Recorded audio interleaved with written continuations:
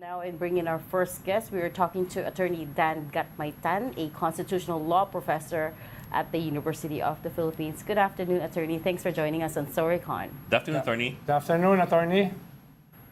Attorney. I'm so good afternoon sa lahat. I'm not used to Ah, meron ka din ba, Ronald addressing me as attorney.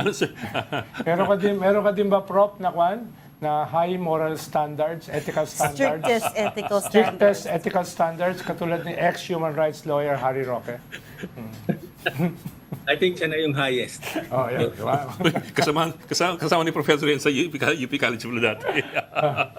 Hindi naman perfect si professor. Okay, ano po? You go, I go. Okay, go. Prof, ganito po. I'll toss you a question that Reg tossed Domingo Cayosa yesterday. Kasi now you have tapos you have pushback from legal luminaries including former Supreme Court justices, including the former Supreme Court Chief Justice dun sa Supreme Court impeachment decision. Ang question nga kahapon mo sana in the end kasi you're looking at a unanimous decision by the Supreme Court, presumably the highest legal luminaries of the land. Parang mas understandable pa sana kung alam mo yung medyo makitid yung margin ng vote na 6 versus 7 ganun, pero ito completely 13-0 eh. And now we have a pushback from other luminaries. So parang we're trying to figure out how this happened eh. I mean, how do you explain that, di ba? Prop, dati kasi, yung mga former chief justices, former justices of the Supreme Court, medyo restrained sila eh. Na mag-criticize doon sa kanilang pinanggalingan. Ngayon, parang nasa frontline sila eh, in terms of criticizing the Supreme Court. Eh. So, parang tanong siguro ni Ed, what's happening? At saan papunta ito? Parang is it such an astounding decision na they're weighing in bigla even their former colleagues and tapos unanimous pa yung vote? Yes, I think so. No, I think it's proof, no, that the case has very very serious consequences for our system of government, no, yung impeachment system, etc. So I agree na hindi lang merong comment ang former justices, former chief justice, institutional yung responses for one, at saka medyo harsh. Di ba? Unlike before na medyo mayroong respect Couching out very of diplomatic terms. Pero lagi namang may kwan, may lagi namang respectfully. Respectfully. Oh, hindi katulad namin, hindi kami respectfully eh. Kaya kayo na masa-cite for contempt. Si Richard lang. Oh. Pero sir, Yes, seryoso talaga to. Seryoso talaga to. Opo, pero how could that have happened na na ito si unanimous hindi man lang yung very small margin na pinagdebatihan talaga. Nagkasundo talaga sila. So, how is it possible that we're basically asking those on the other side, those who are saying that it's the wrong decision, we're asking them, how is it possible that 13 Supreme Court judges could get it wrong? Well, if you get it wrong, if in this case, some people are pointing out may mali sa facts. Mali doon Yes, sa sir. pag-assess nila ng calendar ng Congress. So that alone could explain why they decided to form a majority, a unanimous one, as you put it. So but if you point out the factual error doon sa kanilang decision, we don't know. Diba? They might actually say, it looks like we made a mistake. And it doesn't matter anymore kung unanimous yung decision or not. It looks like there's a reason to reconsider their decision. Pero sir, hindi ba mas nakakatakot yun if 13 justices got their facts wrong? Yes. But the fact, kung ganun talaga yung nangyari, di ba? Kasi yung ruling nila is based on yung facts. Mas masama pag mali yung kanilang legal interpretation, di ba? So parang may way out nga you know? Even if sinasabi namin, pati ako sinasabi ko parang mali yung decision niyo on many counts.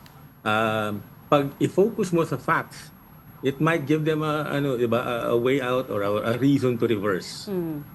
yung kanilang decision. Hindi nila kasalanan. Dahil nagkamali lang, it happens to everyone. Sabihin na natin ganun. Pero Prof, in a universe of of infinite possibilities, may possibility ba na i-reverse nila yung kanilang sarili? O kahit hindi na possibility, Probabilities. is that probable na itong 13 i-reverse nila yung sarili nila? Kahit presuming na merong factual errors. The probability very slim kasi ang consideration dito, I think, pride, both institutional pride, yung Supreme Court mo nagkamali, di ba? Or pati yung pride ng individual justices to be informed, to be told na one, your facts are wrong, two, your interpretation of the Constitution is wrong. So baka mag-dig in, no? Kasi it might be costlier for them. Dahil wrong.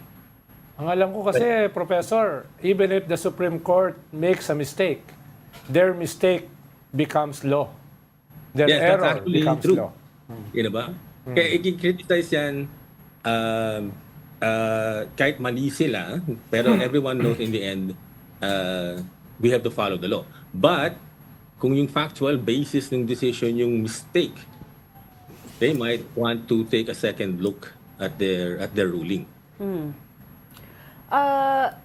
Prof, what about the Supreme Court decision bothered you the most? Because, for instance, we were talking about former Supreme Court justices speaking out, and who we're referring to is the Justice Adolf Escuna, who's also one of the framers of the Constitution, and he pointed to a few things that the underlying issues, conflict of interest, for instance, because they themselves are impeachable officials, accountability, the fact that in the 1987 Constitution, they deliberately made it easier to hold officials accountable, right, by lowering the ratio for the votes for both houses of Congress, and then meron din issue around due process. Justice Escuna was saying that due process does not apply. There's no constitutional basis for enforcing due process throughout all the phases of impeachment. Out of all these things, what about it? What about the Supreme Court decision bothers you the most? Dagdag lang sa tanong ni Reg, Prof.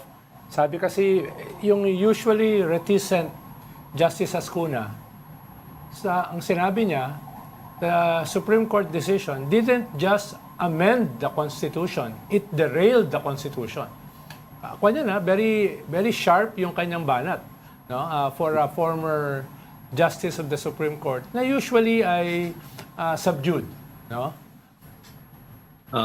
I think the commentators are almost in complete agreement. Like, for example, yung concept ng effective dismissal ng impeachment complaints na hindi naman na-initiate to begin with. Diba? Following yung earlier Supreme Court decisions sa Francisco, sa Gutierrez, hindi yan initiate and yet somehow na-dismiss. So that's unusual. Yung due process, I agree with Justice Escuna, ang daming layers na nilagay yung Supreme Court, none of which are actually can be found in the Constitution. Sabi silang, if you're impeaching a justice, it has to do with their independence daw. I don't know where that came from. Yeah? So, yung dalawang main issue na yon plus other things like yung insinuations nila na political yung agenda ng House. I don't know why you have to assume or say that this is all about political vendetta wala namang basis for saying that. Diba? Hindi lang to, they didn't just change the Constitution. They said, do it the right way, don't do it for politics. Kung ako yung House, ilang beses na ako na-insulto ng Supreme Court eh. So, meron pa. Gusto nyo pa? I'm sorry. Yeah, go on. More. More. Sabi ni Justice Escuna na, okay, let's assume you change the rules. Sabihin natin, there's never been a case like this. There's never been a case like this before na hindi ni-refer yung impeachment complaint sa committee, di ba? Sa Justice Committee. Sabihin ng Supreme Court, well, so because this is the first time, we are making a new rule. Okay, fine. Pero pag new rule yan, then why apply it to a present case? Diba? Na gumugulong na. In other words, the House acted in good faith dahil sinusundan nila yung mga previous Supreme Court decisions. Sabi ng Supreme Court, new rule because new set of facts. And then apply it. Normally, they would apply it to the future cases. Sir, I'm sure you remember yung in the last 2 decades ago, there was one lawyer who was famous for being a serial filer of impeachment complaints, to supposedly or apparently to immunize the incumbent from more serious impeachment complaints. So, with that in mind, I'm wondering lang, if this one stands, if the decision stands, and hindi na bago yan, hindi na amend yan, what's the effect on future impeachment cases filings? Kailan bale, if you look at how it's written right now, kailan magsisimula ang 1-year bar? Is it when